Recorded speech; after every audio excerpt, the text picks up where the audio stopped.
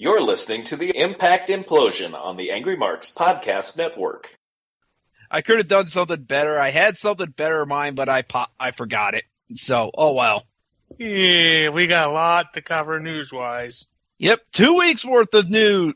Well, 2 weeks worth of Impact and news up the ass because this whole lawsuit thing with Corgan, the injunction has failed. God. Dixie keeps the company. Yeah, well, kind of. She's, one of the things they do mention is she probably only has 5% left. She had to get out of this one with, Anthem being the majority owners and one of the guys from Aerolux being basically the CEO. Yep. So Dixie's now at a 5%. She does get to keep her title. The chairwoman. Yeah, and chairperson. And she does get to keep her position, management position. Management position does stay, but that's about it. Yay, Dixie. And speaking of Billy Corgan, he was supposed to be paid November 1st. Anthem asked for an extension to November 2nd, and Billy still has not been paid yet. No money for you, Mr. Corgan. Now, he could still put his $1.8 million into getting 36% of the company, and he has thought about it, but it seems that Anthem does not want to give him that 36%, despite not paying him in time. So it looks like he might have to go the legal route, and just so those Canadian bastards know, it's not going to go well if the judge has to see you all again. Especially if you lied to him, where you said you would pay him, and you haven't. Good God. This company, man. This company. Yeah. We have a financial plan. Then pay the man. I mean, seriously, it's not that hard. Ugh. He'll be gone. If you just... Oh, there is a solid financial plan for Impact Wrestling. Mr. Corgan's loan will be dealt with appropriately. Then pay him. Pay the man. Yeah. Just pay him. Come on. Pay him and he'll disappear like a cake at a fat man's house. Like a pumpkin after it Okay, here's the percentage of what happens. Anthem gets 85% of the company, and everything goes through Ed Nordholm. Aerolux gets 10% to cover money owed and run production, and Dixie gets the 5%, but basically a figurehead spot. She's the Jack Tunney of the company. Mm-hmm. So, yep, that's TNA for you. They also lost their deal in the UK. Oh, yeah. I love their reason for this. Spoilers, yep. Here's what they said. We are proud to have had such a great relationship with Challenge and appreciate how the channel brought Impact Wrestling to our avid viewers through years. In today's world, spoilers are inevitable. We've heard from the amazing fans of the UK and know you do not want to wait 3 to 5 days to watch the show after it airs in the US. Our goal is to broadcast Impact Wrestling in the UK as close to the US premiere as possible. We look forward to announcing that opportunity soon, so stay tuned. In the meantime, we hope you continue to watch Impact Wrestling on Challenge Sunday nights at 9 p.m., as well as Explosion and pay-per-views. Follow us on social media. Thank you. The reasoning is bullshit, for one. Yeah. Yes.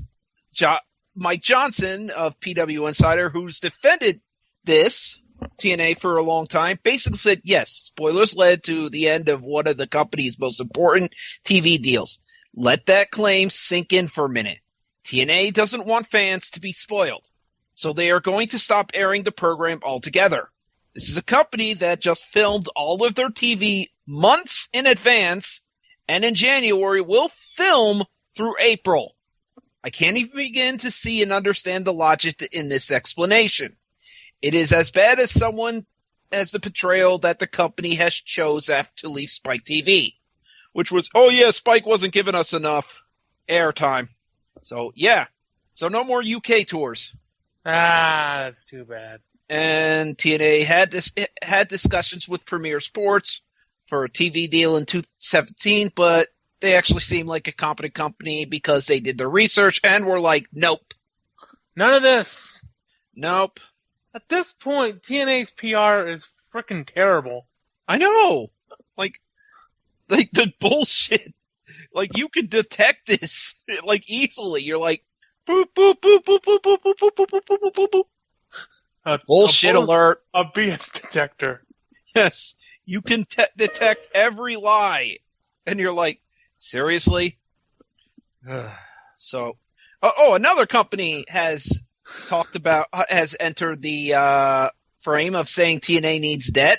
Fraley International said, here's what they said in their website, that it provides expert resourcing and trading solutions for all of your importing, exporting needs. In the complaint, it's explained that TNA has contracted at various times with Fraley for Fraley to design and order various merchandise for TNA, including but not limited to T-shirts, cups, and sunglasses. Oh, boy. And they basically have order dates and how much TNA owes them. Overall, basically, TNA owes them $43,000, $348.78. Dear God, this company. I know.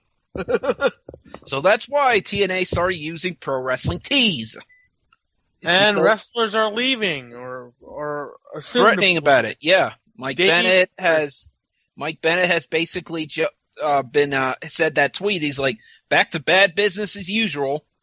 Maria's talked about that she's going to be leaving soon, which screws Bennett big time, because I think that's the main reason he's there. Davies talked about leaving at the end of 2017. Yep. And you said something about Eddie Edwards? I think that was a misread from somebody. Okay. So yeah, 'cause Davies the one who's talking about leaving. Okay. And also, Al Snow is running TNA's new developmental system. Oh, God, because if I want to learn about wrestling, I'm going to go to Al Snow. Yep. His wrestling school has been selected to be TNA's new Global Development Center. Apparently one of the trainers is Doug Williams, so this is not a scam. Okay. Was there any other news? I thought there was one other thing. I think that's it, actually. Okay, let's get into Impacts then. Yeah, let's get into the Impact, and oh boy. This first show, I only made it through half. Yeah, I don't think you did not miss much in the second half. Let's talk about this. First off, we start with Matt Hardy inviting us again to his compound. Treat or delete. The Halloween pumpkin patch and the most amazing maze of corn, which Brother Nero was so hungry that he eats the corn raw. Like spinach to Popeye. And Matt Hardy has a very powerful premonition where an outsider will come and deliver a looming message. Also, the scribe showed up. His scribe. So I don't know if I'd want to be lost in the cornfield by Matt Hardy's house. Well, he's not lost. He's there to... Either way. He's there to jot down Matt's premonitions. Oh, God. So we go to a tag team match between EC3 and Goddard against Drake and Rex. Yay, this match. This was okay, which is sadly usual. Josh is called Pope's face a mask. Yeah, blackface. Yeah, shut up. And Aaron Rex came out to a Conway pop. Just look at him. And Eli Drake had chants, which were responded by sucks. By some of the original. Eli Drake sucks. Original. Creative fans. I love it. And so we go to the commercial break, and we come back with Aaron Rex with the rest hold. The most boring move must go to the boring wrestler. It's a chin lock. And then there's a moment where Jesse is not great at selling a clothesline for Mr. Drake. And they are promoting that you can buy the app with Eli Drake's dummy button. You're promoting a heel. Yep. And there was You can also duel. buy an Eli Drake T-shirt that says "Dummy Yeah" on it. For some reason. There's That's a the shirt I want to wear. dual EC3. Yeah. Yeah. Jesse misses a drop kick to the top of the turnbuckle, but Eli sells it anyways. Basically, Aaron Rex hits a knockout shot, but apparently there's been some thinking that there's rings underneath that tape in his fingers. Ah, yes, the old foreign object. Yep. Which, there's an easy way to handle this situation if that's really an issue. Take off the damn tape, mister. Let's see if there's ring in those fingers. And if there are, your team loses. Maria is in the mirror trash talking to no one, and Brandy shows up, so Maria runs. Then we go to backstage where JB is talking to Grado. Oh, boy. Grado talks about this being his favorite Halloween season, favorite holiday, even though JB joked about it being Thanksgiving. Oh, God. And Grado says, I'm going to dress up as someone I've always wanted to be. Whispers Borash who it is, and Borash approves. We go back to the Hardy compound, and there's a Robin Hood and Cinderella, who Matt confuses Robin Hood for Stephen Amell. No, that's Arrow. I know, but Robin Hood. I know. But Remy goes to give the kids candy, but Matt's like, that will rot them. So give them green beans. I hate green beans. Try it. And he's like, do you like them? No. Prepare to be egged, Matt. More trick-or-treaters as we get a lobster, a dinosaur, and a box of donuts. This reminds me of that, I guess it was maybe like a TNT skit or something where it was Halloween at Roddy Piper's house or something. Oh, and Jeff sings the song to Michael Bay Donatello, some superhero and a guy in a cloak, and he sings the obsolete song. And Matt tells the kids after giving them their green beans, you will be a fat Hardy, and but believe me, no one wants a fat Hardy. Yes. Yes. He gets it. He's self-aware. Rockstar Spud is tired of being overlooked, and he says he has his own team for Team X Gold, which I will reveal my new title for that thing later after the match. Here comes Grado. Josh calls one of the most popular stars in the Impact roster, and this crowd seems to like him, but he's not great. So Grado He's wants popular with 100 people. Good for him. Says, I have been grateful for this company, but I want more. I'm going to call out on a legend who has been inspirational to him and a future Hall of Famer and the greatest superstar in Impact history, Robbie E. Boo! So here comes Robbie E. and tells Grado whatever is going on is kind of weird, and Grado says, for Halloween, I'm going to be a bro man. Just to make this worse. Let's go to the back, and Robbie's like, what the heck is this? And oh dear God, what comes behind the curtain is horrifying. Grado in tan face with oil all over him and in a Speedo. Oh dear God. So Robbie, after weirded out for a minute, he starts getting to it. They dance, gets even to the point where Grado is rubbing up on Pope, and Pope feels like get away from me. This is offensive. So they go to the ring and dance, and I'm like, please end. Finally, the lights go out. A countdown begins. We see a clock, and some guys in masks, the DCC, thankfully beat these two jokes up. Yes. They acknowledge they are the DCC, and Grado gets a spike pile driver. Thank God. Then we get to probably one of Billy Corgan's last appearances ever on this show, as Allie the Chipmunk comes to an empty arena, which was from earlier tonight, and Aiden says, the boss wants to talk to you. And Billy... Mr. Billy, Mr. Corrigan? And Billy, as in a prisoner-striped hoodie. Good God. He knows what's going on. So that's why he wore this. Just like he wore last week, that whatever getup he wore last week, the week before. Billy says Maria doesn't make the matches anymore, and I can call this whole thing off. And I was like, no, I need to stand up for myself. And he's like, okay. It's Maria versus being led to the slaughter. Maria. It's Allie versus Laurel Van Ness. And then we go to Team X Gold, where DJZ, Mark Andrews, and Braxton Sutter, who are Team Go for Broke, against Rockstar Spud's team. And I want to consider what's going on in TNA that they're called Go for Broke. And even the best thing is this is all fighting over a flag. They don't have a legit title belt or anything like that. They have a fucking flag. That's what this is all about. Flag. I am calling this the CTF Championship. He captured the flag championship. Because seriously, if you are fighting over a freaking belt, how broke are you? Or flag. A flag. You can't afford a belt.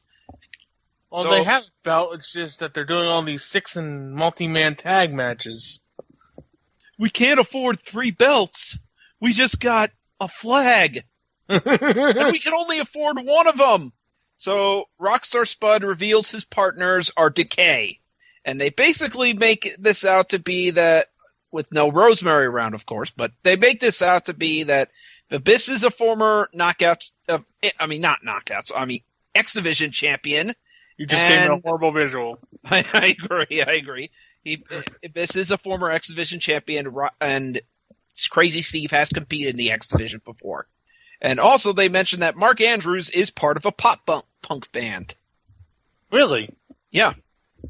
He's Skater Boy Mark Andrews? Yep. So Josh hypes up that Wolf Creek TV series is being loved by critics and fans. So I went to Rotten Tomatoes. It only had 3 critics reviewing it, although 2 of them did like it. And as for the audience score, it has a 33%. Oh, boy. Which is not good. And Nobody it's a watches miniseries. It's a miniseries, not a series. So basically, this is a meh match. Sadly, Abyss does not belong here. Neither does Braxton Sutter, really. No, he doesn't either. And Spud gets hit with the ZDT, and Team Go for Broke get the freaking flag. It's sad when this is the shape of your X Division right now. Then they hype up that the contract signing for next week is Eddie Edwards. The contract signing up will be next is the Eddie Edwards and Franklin contract signing for next week's match, which will be for the title. So Cody talks about how pissed he and his wife are at the Bennetts for ruining his title opportunity. And Brandy says, I'm going to make that bitch tap out. Good. Yay. And then Jeremy Borash is in the ring, calls this world title rematch a super fight. No. This wouldn't be on Impact if it was a super fight. Also, let me explain a few things. Also, they're going to book this like it, but considering the way it ended, you're not going to be happy. So Eddie comes out in the suit while Franklin comes out in street clothes. Franklin says the world title deserves to be on someone who is credible and is as bad as him. And I'd agree with that. Eddie, forfeit the title right now. You could forfeit the title right now and said you retired as a world champion. And Eddie says, I shall slap you in the face for that. But of course you can't because no contact. And he's like, you underestimate. He's like, you're right. I did underestimate you. It's not going to happen next time. And Eddie wonders if Franklin will lose again. Will I still be the fluke, or will you just be my bitch? And Franklin is pissed and has to be held back. So, recap of Allie standing up for herself and getting beat up. Laurel Van Ness sees Braxton Sutter backstage and tries to sweet talk him, and he just looks uninterested. Then we go back to the Hardy compound again, and they are shocked by an older trick-or-treater who they should not give delete. They just say delete to, and it's Gregory Shane Helms as the Hurricane. And they say his costume is horrific. And Hurricane is dejected as they slam the door. What's up with that? So Matt wonders where Brother Nero's costume is. He's like, excuse me for a minute. He goes to put it on, and in comes Itchweed with a new cartoon-style intro. Oh, boy. And he talks like crazy and stuff, and he goes out back to landscape the front yard with his weed whacker. I am not making this up. He still has a weed whacker. That'd be a hell of a Saturday morning cartoon if they still did those. Matt Hardy and Itchweed. Itchweed, Broken Matt and Itchweed. Yo, Matt, come on. Come on, man. Come on. Time for Allie the Chipmunk and Laurel Van Ness, and Allie is still in wrestling clothes, and TNA. Here's something TNA did. They said Laurel Van Ness's Twitter name is @ResoluteRobust, which is sadly not her real Twitter name. Good job, TNA. Her real Twitter name is @ImpactLVN. Resolute Robust is a fake Twitter account of Laurel Van Ness's. I can't believe we have to do this. You should know what a real Twitter account is. It has a check on it.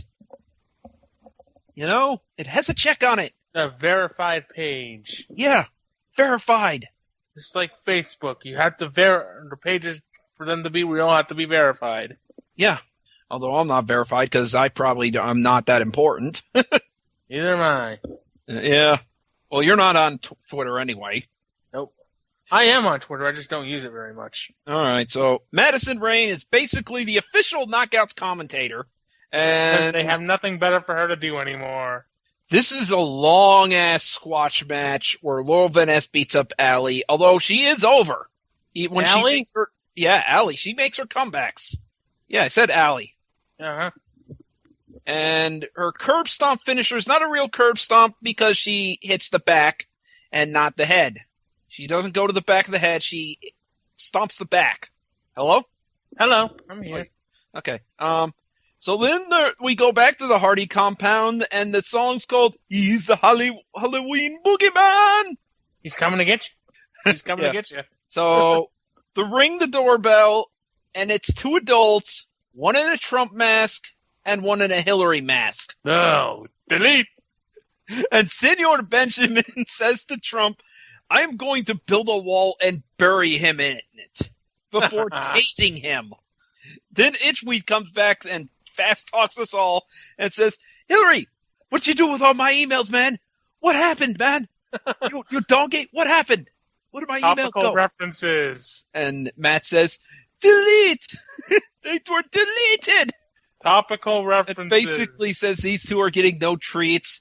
And then Hillary gets traced away by Boo Radley, which is Vanguard 1 in a ghost costume with glasses on. You probably missed this part, and Matt says, "Matt, I can't believe we have two presidential candidates who deserve to be deleted. My broken brilliance. Broken Matt Hardy for president 2016. I'd vote for him. Write-in candidate. So Jesse goes up to Aaron talking about what the hell was that, and Aaron's like, "That's a win." And he just challenges him to a rematch, and Aaron accepts. Then we get a little girl in a Spider-Man costume, but has a DCC mask on, who gives Rebby it's one of those freaking, goddamn, I'm trying to think of the word.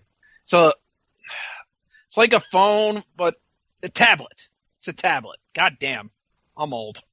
I have one, and I forget it. So I forget what it's called. Technology for the win.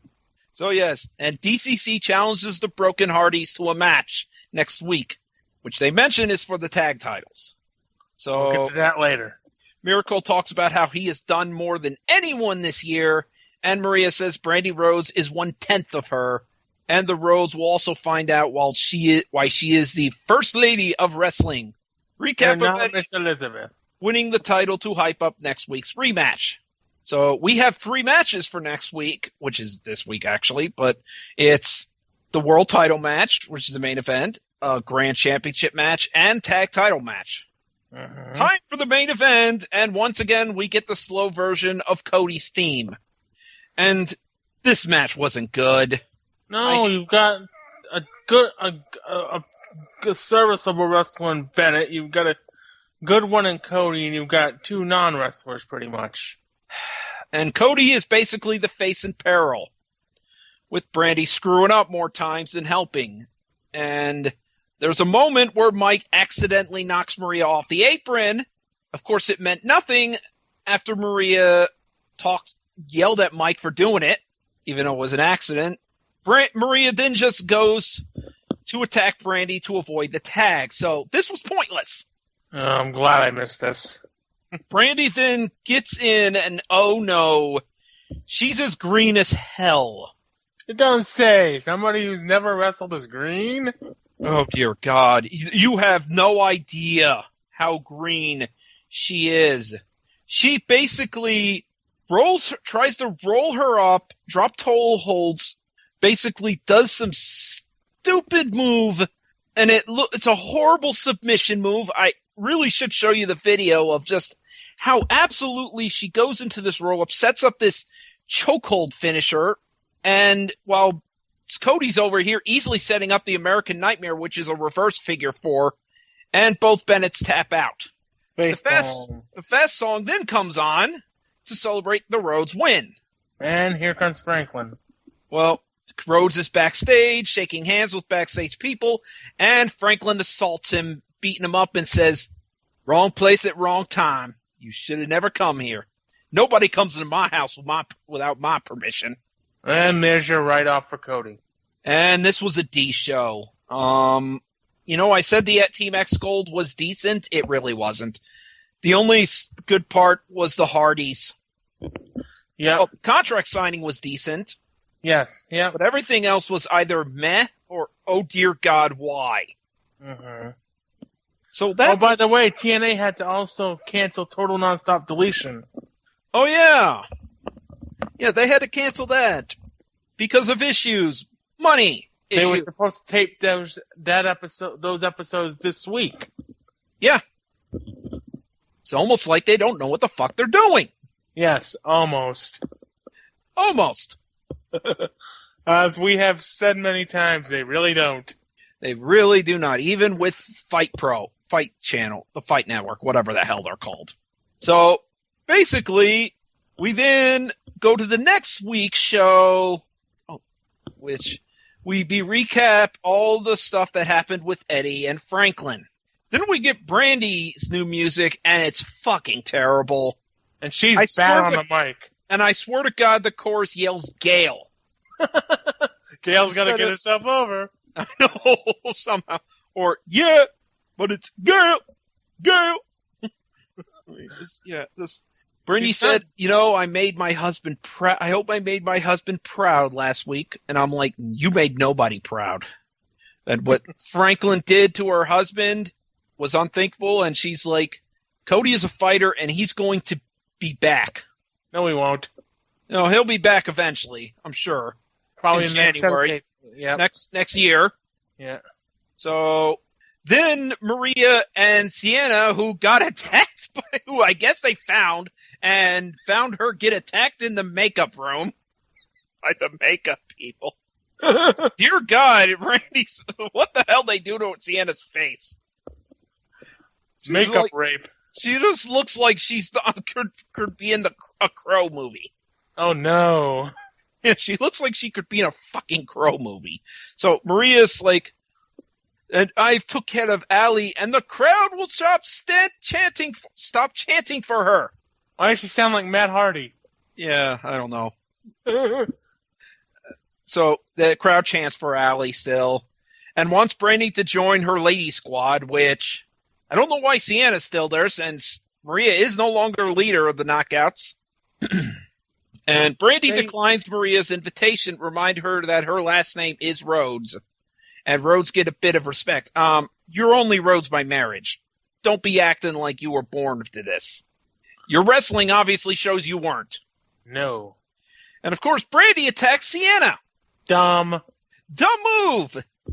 So Sienna, she goes and she then yells at Maria letting Sienna to get up and beat her ass, and left laying there while Josh is trying to defend Brandy's dumbass decision. And then next is going to be Rex versus Goddard's, which I find the irony of this still being for a title that was introduced by a man who both TNA and Fight TV has fucked over. The irony's not lost in that. We're going to keep your title, but you have to leave, Billy. Yep.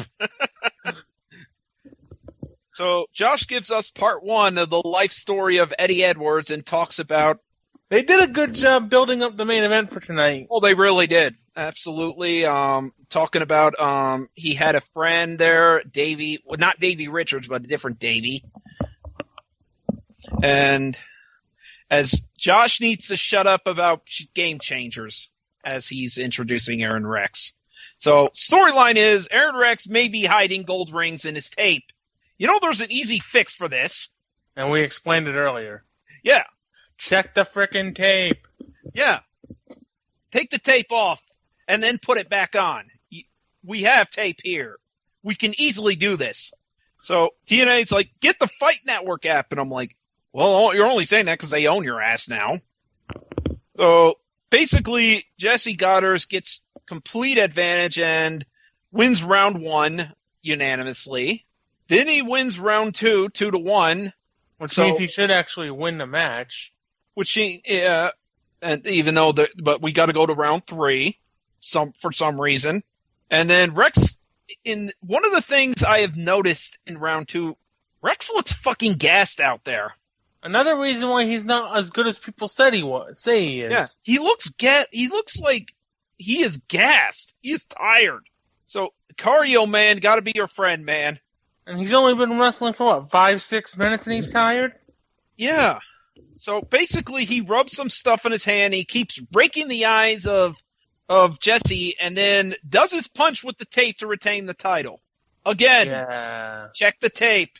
So next will be a triple threat, as I thought, elimination match, because based on the tapings of Team X Gold. No, it's just a freaking triple threat match. And by the way, it's to capture the flag championship now. I'm not calling it Team X Gold anymore. Capture the flag. There should be a little CTF championship. It should have a little British thing from Andrews. And you would think, but then you would think this is normal six-pack tag, but then they introduce a new rule that they just pulled out of their ass. Because of the fact that Decay starts kicking ass so much, oh, by the way, the other team is Lee, Everett, and Rocket, the Decay is ejected. For no reason. Just because they're kicking too much ass. And so they're ejected, but Rockstar Spud still has to compete. That's fair. Because that's, of course, fair. And also, this whole freaking thing, just, you haven't explained the rules yet. You just pulled them out of your ass like this. So, by the way, because they can't figure them out themselves. Yeah, they don't know. When you don't know the rules to your own match, your own gimmick. Team Go for Broke wins over Spud. Basically, the other 3 guys were really not a factor. So Josh tries to say the other 3 guys even there. Right. Hashtag Impact on Pop. Hashtag X Division. Hashtag Team X Gold. Shut up, Josh. Tries to say they're all trending, and I checked, and no, they're not. Shut up, Josh. Shut up, Josh. We're going to have to make that a moment of the week, our Shut Up, Josh moment. Yep. Or there'll be several of those. Just say, shut up, Josh. We've got a new bit. Yeah, shut up, Josh. Now it is part 2 of Eddie's life story, and he talks about the injury and how he came back and won the tag titles, but then Richards got hurt. We're going to gloss over the whole concussion issue that then 2 weeks later, you put him in a shit ton of matches for the World Title Series. We're going to gloss over that whole bit. More bad PR. Yeah. So basically, Eddie won his first singles title. That ends that part. So here comes the Broken Hardys out for their tag title match against the DCC. And the DCC just teleports in, so they really have no theme music. They're the Wyatt family. Yep. And I thought there'd be no match because the DCC just beats the Hardys up and freaking leaves. And then Jeff's like, get out here. Come on, fight. That's smart. So DCC obliges. 2 of them are in the ring. One of them's missing. And the bell. So yeah, match happens. The commentators talk about Jeff's eyes got gouged off screen because the camera just showed Broken Matt and one of the other DCC members fighting. So nice. Show don't tell. Terrible. Yeah. So Josh keeps wondering where the third man is since he appears, and Pope says he's outside the ring. He's right there, and I'm like, still don't see him. Who's running the cameras here? Somebody who's not getting paid. Yeah. So the 3-man attack, and the match gets thrown out. And the third man beats up Earl Hebner. And then we go backstage to another overproduced backstage segment, the highlight of these shows, where we get moments where the Hardys, Grado is doing an interview, and Brother Nero interrupts with beating up, and Grado's like, hey, sign my tablet, man. And he signs it and continues on his way. Can I get a selfie? Can I get a selfie? Yeah, he does that too.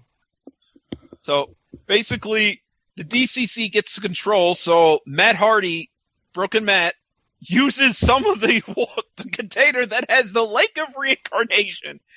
Yes, they use that again, and transform Jeff into heel 2001 Jeff. 2011. 2010 Jeff, yeah. Immortal. Immortal Jeff. Who takes down the guy with his ugly-ass belt and puts a cigarette on his eye. Put that cigarette out. Yeah, put that cigarette out. Don't mind if I do.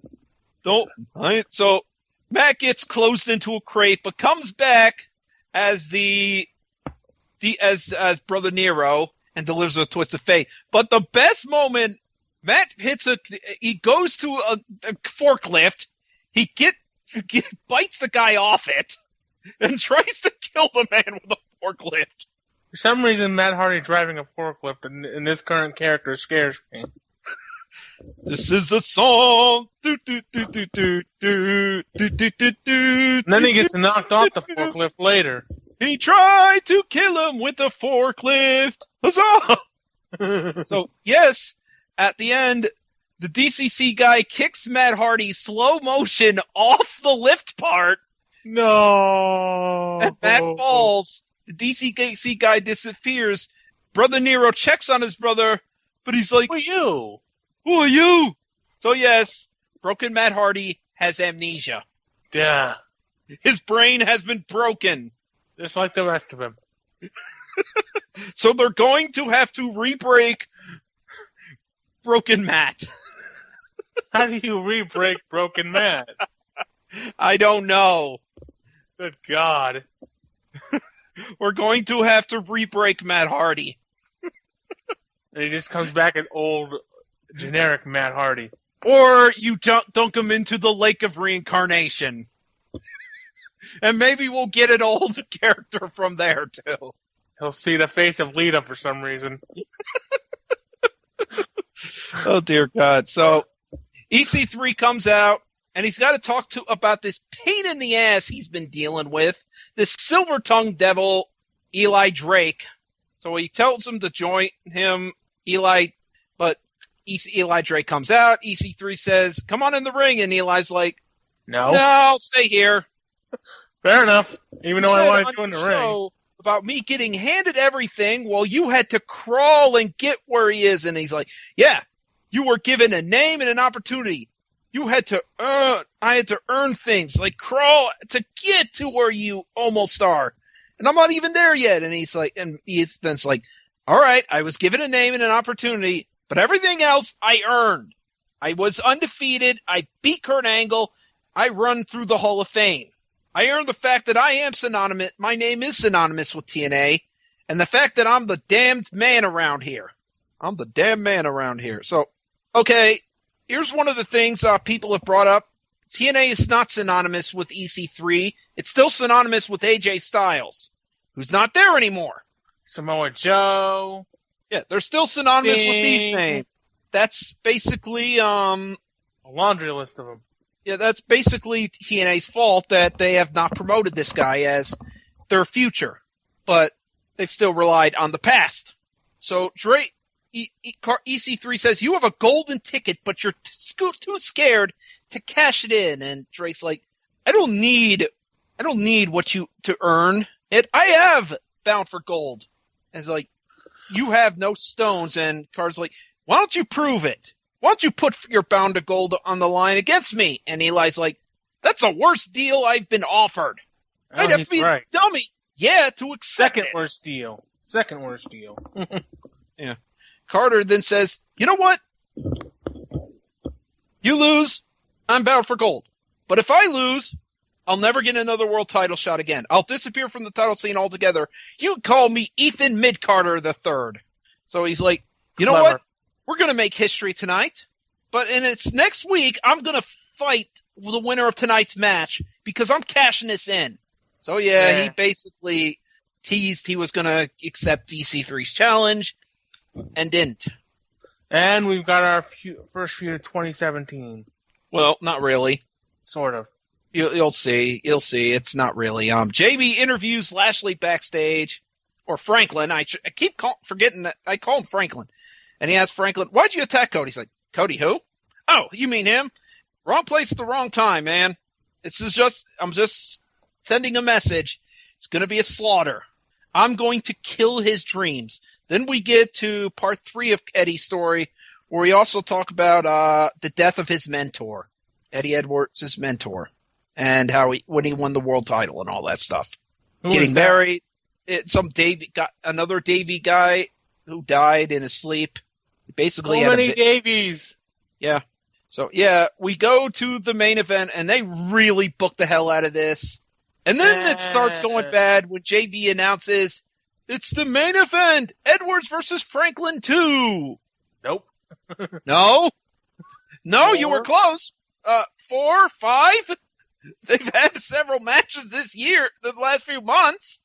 Sorry, no. 4 matches on Impact. Yeah, 1 on a pay-per-view. A pseudo pay-per-view. Pseudo pay-per-view, guys. No. No. Dummies. And again, they keep typing up that Wolf Creek is getting these BS acclaims. I haven't heard any real acclaim from it yet. So this match seems all right for the most part, and it's actually good. Then the finish happens. Oh, yes. So Eddie goes for the double knees. Franklin shoves the ref into Eddie. Eddie hits the ref, knocks the ref out. Franklin hits the spear and counts, and he's like, get another ref out here. Why am I? And I'm like, you did this. So he calls for another ref. Another ref comes, the black ref, now they have. It's a 2 count because it took so long. Franklin knocks the other ref out, but this is still in the first one sees this, and he goes and grabs the belt, and Franklin realizes the clock, the motions are, he's getting the motions. He's understanding what's going on. He's saying, you're going to DQ me. Please don't. Please don't. He grabs him and says, don't do it.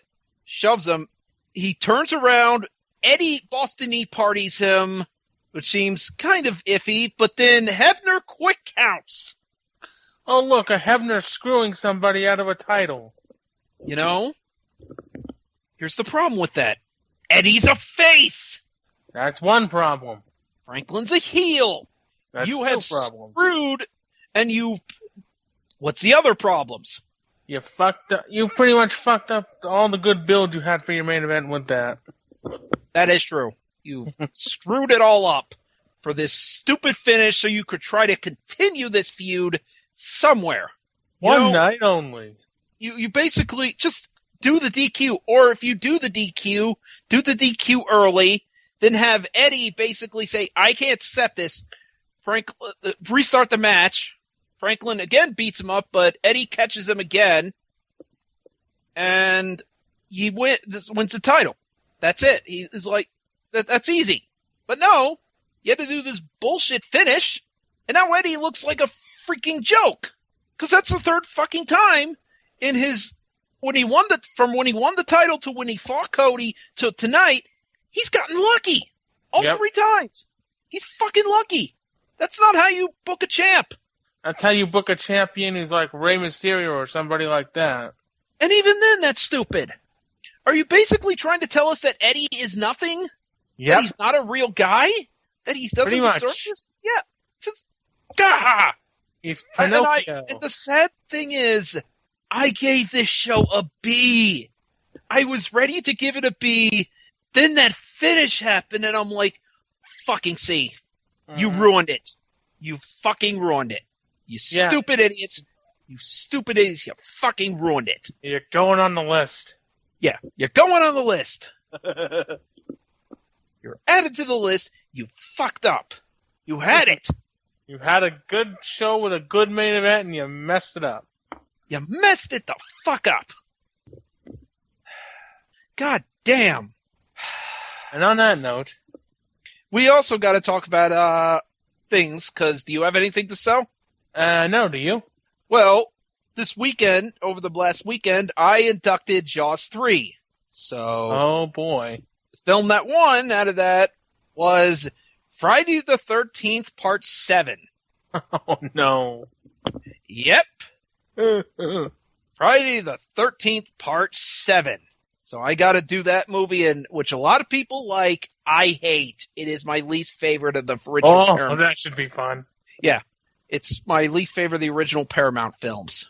Or they went to New Line and did Jason Goes to Hell, which is the worst. Yep. So, goddamn. Just, okay. And with that being said, that's it. We're done. See you next week, everybody. And Miley, we are heading to bed. You're listening to the Angry Marks Podcast Network.